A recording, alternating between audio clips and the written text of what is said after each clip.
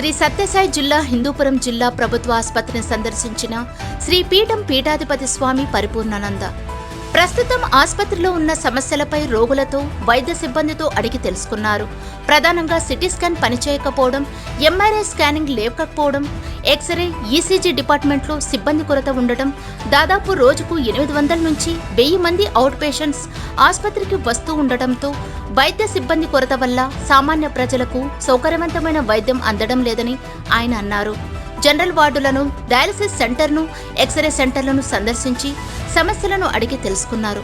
ఈ సందర్భంగా పరిపూర్ణానంద స్వామి మాట్లాడుతూ తనను హిందూపురం ప్రజలు గెలిపిస్తే అధునాతన ఆసుపత్రిగా మారుస్తానని, 500 తీసుకోవడం కంటే 5 సంవత్సరాల అభివృద్ధి చేయడం ముఖ్యమని, నిస్వార్థంగా హిందూపురం ఆసుపత్రి అభివృద్ధి చేయగలనన్న నమ్మకం తనకుందన్నారు. హిందూపురం అభివృద్ధి కొరకు సప్తపది అనే నినాదంతో ముందుకు పోతున్న స్వామీజీ మొదటి పాదంగా గణేష సరోవరం, రెండవ పాదంగా ఆసుపత్రి అభివృద్ధిపై తన మేనిఫెస్టో ఉంటుందన్నారు.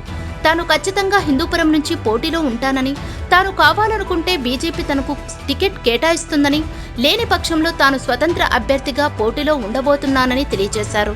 నిస్వార్థంగా ఈ ప్రాంతానికి సేవ చేయడానికి వచ్చానని, 5 సంవత్సరాలు ఈ ప్రాంతంలో అభివృద్ధి చేసి ఇంకో ప్రాంతానికి వెళ్లే వాడినని, శాశ్వతంగా ఇక్కడే ఉండి ప్రజాధనాన్ని దోచుకోవాలన్న తాపత్రయం లేదన్నారు. దేశంలో హిందూపురాన్ని రోల్ మోడల్గా చేయాలన్నదే తన సంకల్పం అన్నారు. పార్టీ తరపున టికెట్ ప్రకటిస్తే పార్టీ సింబల్తో ముందుకు వెళ్తానని, లేని పక్షంలో స్వతంత్ర అభ్యర్థిగా పోటీ చేయబోతున్నాం అన్నారు. తాను ఏదైనా సంకల్పిస్తే దానిని నెరవేర్చేదాకా తన సంకల్పాన్ని మళ్లించనున్నారు. ఈ కార్యక్రమంలో స్వామీజీ భక్తులు, అభిమానులు పెద్ద ఎత్తున పాల్గొన్నారు. డాక్టర్ల యొక్క అందుబాటులో లేకపోవడం, డాక్టర్ల యొక్క కొరత, ఉన్న తక్కువపాటి డాక్టర్ల మీద అధిక ఒత్తిడి, అధిక శ్రమ. నాకు తెలిసి ఈ డాక్టర్లు కనుక ఇలాగనే వెళ్తే వీళ్ళు పేషెంట్లే ఇక్కడే జాయిన్ అయిపోవాల్సిన పరిస్థితి వస్తుంది. కాబట్టి ఇటువంటి ఇబ్బందికరమైన పరిస్థితుల్లో ఈరోజు నాయకులు కానీ, ప్రభుత్వం కానీ, అధికారులు కానీ ఇక్కడికి వచ్చి దీన్ని దీన్ని బాగు చేయాల్సిన పరిస్థితి. అలాగనే హాస్పిటల్లో పేషెంట్లు ఉన్నారు, పైన చెత్త ఊడిపోయింది, అంటే వాళ్ళ సీలింగ్ ఊడిపోయింది. ఏదైనా వర్షం పడుతున్నా ఇంకోటైనా వాళ్ళ నెత్తి మీదే పడుతుంటాయి. అలాగే ఇక్కడ ఎక్స్రే డిపార్ట్మెంటు, ఈసీజీ డిపార్ట్మెంటు, దానికి వ్యక్తులే లేరు. వేరే డిపార్ట్మెంట్లో ఉన్న వాళ్ళు హడావుడిగా అక్కడికి రావాలి, పేషెంట్లను చూడాలి. అప్పటిదాకా పేషెంట్లు ఉదయం వస్తే సాయంత్రం దాకా వాళ్ళు అలోమని ఇక్కడ పడి ఉండాలి, ఇక్కడ తిండి తిప్పలు లేకుండా. కాబట్టి ప్రభుత్వ ఆసుపత్రి యొక్క వైనం ఇలా ఉంది. సప్తపదిలో భాగంగా నా 2వ అడుగు ఖచ్చితంగా ఇక్కడ గెలిచి వచ్చిన తర్వాత ఈ హాస్పిటల్ని ఏ రకంగా ఒక అభివృద్ధి పదంలో మనం తీసుకెళ్ళగలం, ఇక్కడ పూర్తి నిఘా పెట్టాలి. నాకు అనిపిస్తుంది ఇక్కడ ఒక నాయకుడు 5 సంవత్సరాల కాలం ఇక్కడే కనుక వెచ్చించగలిగితే, ప్రధాన భాగం ఇక్కడే వెచ్చించగలిగితే ప్రతి సమస్యకి పరిష్కారం చిటికల మీద జరుగుతుంది. కాబట్టి వాస్తవంగా ఇక్కడ ఇంకా అభివృద్ధి చేస్తున్నారు, ఇంకా కొన్ని ఎమర్జెన్సీ వార్డులన్నీ డెవలప్ చేస్తున్నామంటున్నారు. కానీ ఇవన్నీ ఎప్పటికవుతాయంటే ఇంకో సంవత్సరం అవుతాయి. ఈలోపు వచ్చే పేషెంట్లు అందరూ అనంతపురం వెళ్ళాలి, లేదా బెంగళూరు పరిగెట్టాలి. ఈలోపు ఆ పేషెంట్ ఏమైనా కావచ్చు. అంతేకాదు 2,56,000 మంది జనాభా ఉన్నటువంటి ఈ హిందూపురం అసెంబ్లీ నియోజకవర్గానికి ఒకే ప్రభుత్వ ఆసుపత్రి, దాని వైనం ఇలా ఉంది, ఇలా ఏడ్చింది.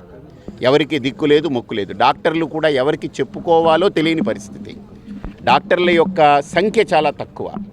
ఇక్కడ ప్రతిదానికి ఒక్కళ్ళే అన్నిటికీ పరిగెట్టాల్సిన పరిస్థితి. అంతేకాదు ప్రాథమిక చికిత్సా కేంద్రాలు, ఇంతమందికి ఇన్ని ప్రాథమిక చికిత్సా కేంద్రాలు ఉండాలనేటువంటిది నమూనా ఉంది.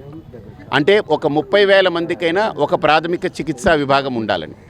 అలాంటిది 7 ప్రాథమిక చికిత్సా విభాగాలు ఉన్నాయి ఈ నియోజకవర్గ పరిధిలో. కానీ ఈ 7 కూడా ప్రభుత్వ ఆసుపత్రే ఇలా ఏడుస్తూ ఉంటే ఇంకా మిగతా 7 ప్రాథమిక చికిత్సా విభాగాల్లో డాక్టర్లు ఉండరు, అక్కడ ఫెసిలిటీస్ ఉండవు, ఎక్విప్మెంట్లు ఉండవు, వాళ్ళకి సరైనటువంటి ఉండవు. ఇక ఆశా వర్కర్లు ఉన్నారు, వాళ్ళందరూ గ్రామాల్లో తిరిగి ఆ మందులు కానీ ఆ కిట్లు కానీ ఇవ్వాలి అని అంటే వాళ్ళకు కూడా ఒక బాధ్యతాయుతంగా రెస్పాన్సిబిలిటీ తీసుకుని వాళ్ళకి ఇచ్చేటువంటి ఫెసిలిటీస్ లేవు. కాబట్టి ఇక్కడ జరిగేటువంటి వైఫల్యాలకి కేవలం నాయకులు, అధికారులు దీని బాధ్యత తీసుకోవాలి. అలాగే నిన్న అకారణంగా ఒక వ్యక్తి చనిపోవడానికి కారణం కరెంటు లేకపోవడం. ఊహించండి, మన భారతదేశం ఇంత స్థాయికి ఎదుగుతున్నాము. ఒక జనరల్ హాస్పిటల్లో కరెంటు లేక ఒక పేషెంట్ డయాలసిస్ వార్డులో చనిపోయాడు అంటే ఈ బాధ్యత 140 కోట్ల ప్రజలు కూడా ఈ బాధని భరించాల్సిందే. కాబట్టి తప్పకుండా